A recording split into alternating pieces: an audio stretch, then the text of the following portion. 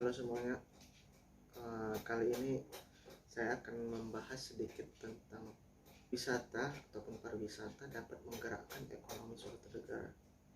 Namun khususnya saya akan membahas sedikit tentang pariwisata yang ada di Kota Medan. Menurut definisinya, wisatawan itu merupakan orang yang pergi ke suatu daerah ataupun negara lain yang bersifat untuk tanpa mendapatkan penghasilan di tempat tersebut, seperti bisa dikatakan berlibur, rekreasi dan olahraga.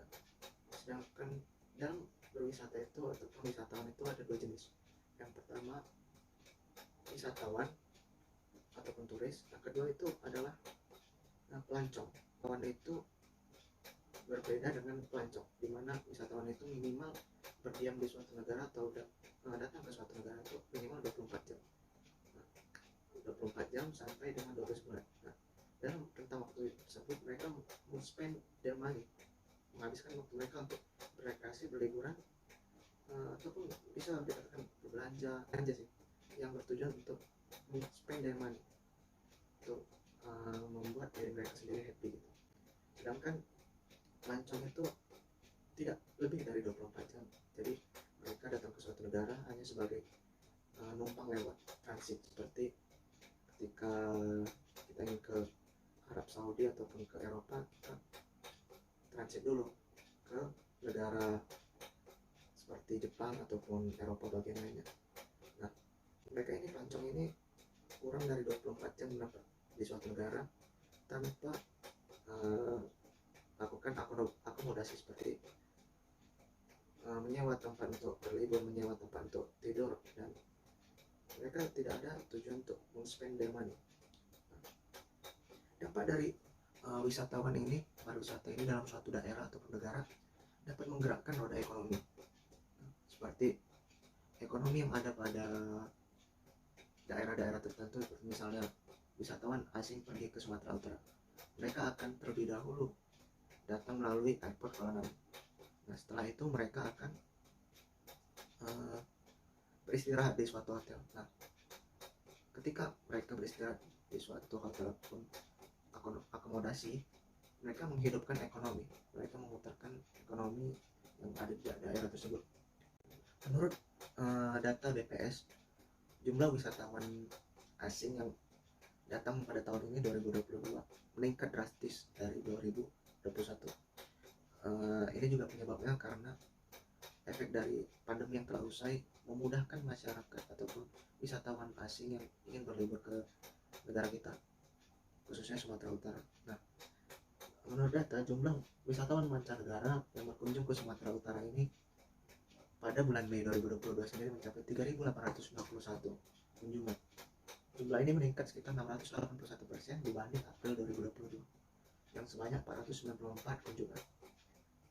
Sedangkan dibandingkan dengan periode yang sama pada tahun lalu, kunjungan Wisma ke Sumatera Utara itu melonjak hingga 7.000%. Seperti diketahui, pada tahun lalu itu masih dalam keadaan pasca pandemi, yang baru saja pandemi ketar-ketarnya pandemi selesai gitu. Pada tahun 2021 bulan Mei tercatat hanya ada 50 wisatawan yang datang ke Sumatera Utara. Dalam upaya peningkatan jumlah wisatawan asing ataupun lokal di luar Sumatera Utara, pemerintah pusat dan pemerintah daerah Sumatera Utara sendiri sudah bekerja sama untuk menghadirkan ataupun membuat event-event internasional, sehingga membuat ketertarikan pada event ini, dan daerah ini dapat memperkenalkan sisi wisata keindahan alam yang ada di Sumatera Utara. Event-event yang dipersiapkan pada tahun ini yang bersifat internasional itu ada beberapa. Yang pertama itu ada Danau Toba Rally 2022. Ini diadakan oleh Ikatan Motor Indonesia yang diikuti sekitar 60 pembalap ternama nasional dan internasional. Event ini digelar pada 5-7 Agustus 2022. Kemudian itu ada Samosir Jamming Paradise 2022. Ini bersifat acara musik yang menghadirkan musisi-musisi lokal dan nasional. Nah, pada acara ini sudah diadakan yang kedua kalinya dari tahun sebelumnya. Nah, acara ini cukup unik dan seru karena menghadirkan musisi-musisi nasional lokal sembari menikmati keindahan alam Danau Toba. Nah, selanjutnya ada Toba Fashion Week.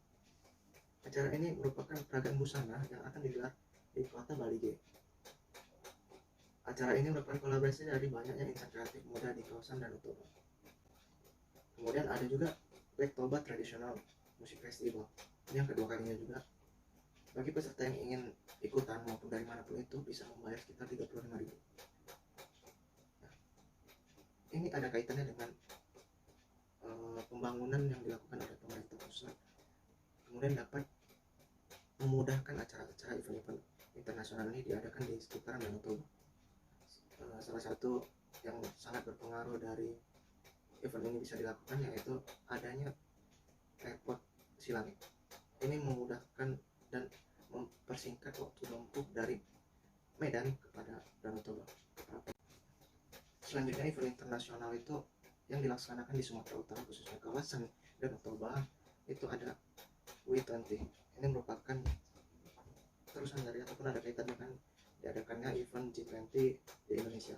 Nah, pada kegiatan W20 ini sangat berdampak positif bagi kemajuan sektor pariwisata di Sumatera Utara.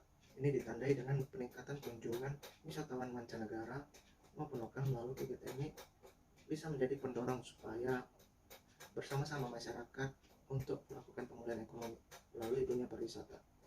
Ini W20 ini memiliki tema besar yaitu Recover Together, Recover Strong. Artinya kita bersama-sama untuk melakukan pemulihan ekonomi, bersama-sama menguatkan ekonomi kita untuk Indonesia, untuk Sumatera Utara khususnya. Melalui event ini dapat meningkatkan sumber daya manusia yang ada di sekitaran Danau Toba. Kegiatan ini tidak hanya memiliki efek yang positif bagi kemajuan perekonomian Indonesia, ini juga dapat menjadi sarana tingkat internasional dalam membahas isu terkait dengan kesetaraan gender, mempromosikan kesetaraan dan human right. Dan ini keamanan dan kesejahteraan juga dapat menghapuskan diskriminasi yang ada pada dunia pekerjaan pada saat ini, di mana antara setiap orang itu memiliki kesempatan yang sama. Menurut data sendiri yang ada di Sumatera Utara, objek wisata di Sumatera Utara yang sangat sering dikunjungi oleh wisatawan mancanegara itu yaitu ada tadi Danau Toba dan Pulau Samosir. Tidak bisa dipungkiri bahwa keindahan alam yang ada di Danau Toba dan Pulau Samosir ini sangat mengundang ketertarikan bagi wisatawan mancanegara. Karena alam yang sangat indah, maka diharapkan oleh pemerintah pusat bisa menjadikan Danau Toba dan Pulau Samosir ini sebagai objek wisata yang diandalkan bagi Indonesia. Nah, dari sini dapat kita ketahui bahwa ketertarikan masyarakat ataupun wisatawan mancanegara kepada Indonesia ini karena keindahan alam yang dimiliki Indonesia. Maka dari itu diharapkan untuk dinas terkait dapat mengelola objek wisata yang ada dan meningkatkan kualitas SDM di objek wisata tersebut.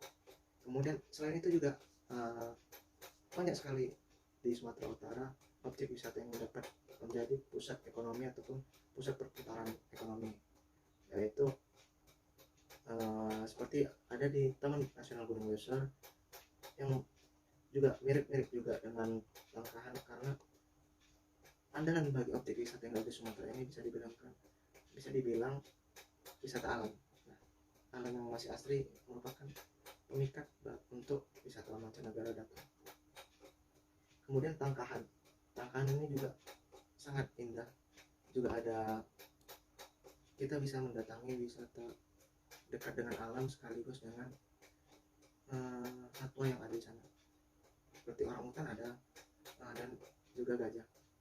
Namun kekurangan dari akses ke Tangkahan ini sangat jauh dan masuk ke dalam area wisata tersebut jalan yang ada itu sangat buruk, jadi sehingga waktu yang ditempuh cukup lama.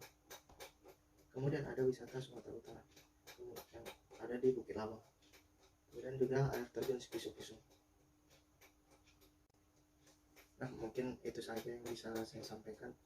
Jadi dapat kita simpulkan bahwa di Sumatera Utara sendiri itu yang menjadi objek wisata andalan dan menjadi pergerakan perputaran ekonomi yang ada di Sumatera Utara itu di kawasan Danau Toba. Karena daerah Danau Toba ini sangat layak untuk dikembangkan karena memiliki bentang alam yang sangat indah. Kemudian Danau Toba ini juga masih menunjukkan kekentalan adat yang ada, dan ini tentu sangat membuat tertarik wisatawan yang hadir. Kemudian dampak dari adanya wisatawan mancanegara ini sangat berpengaruh pada ekonomi masyarakat sekitar yang ada di Sumatera Utara, khususnya di objek-objek tertentu yang sering dijumpai. Seperti pada Danau Toba sendiri itu, kegiatan usaha yang dapat dilakukan oleh masyarakat sekitar itu bisa menjadi mata pencarian baru, seperti menjadi fotografer, tour guide, memiliki usaha rumah makan, menjual oleh-oleh khas daerah, dan banyak lagi. Tentu ini menjadi keuntungan yang sangat baik bagi masyarakat sekitar Danau Toba demi meningkatkan kualitas taraf hidup dan ekonomi mereka. Nah, itu saja dari saya. Pembahasan kita pada hari ini sangat bermanfaat. Oke, see you in the next video. Bye.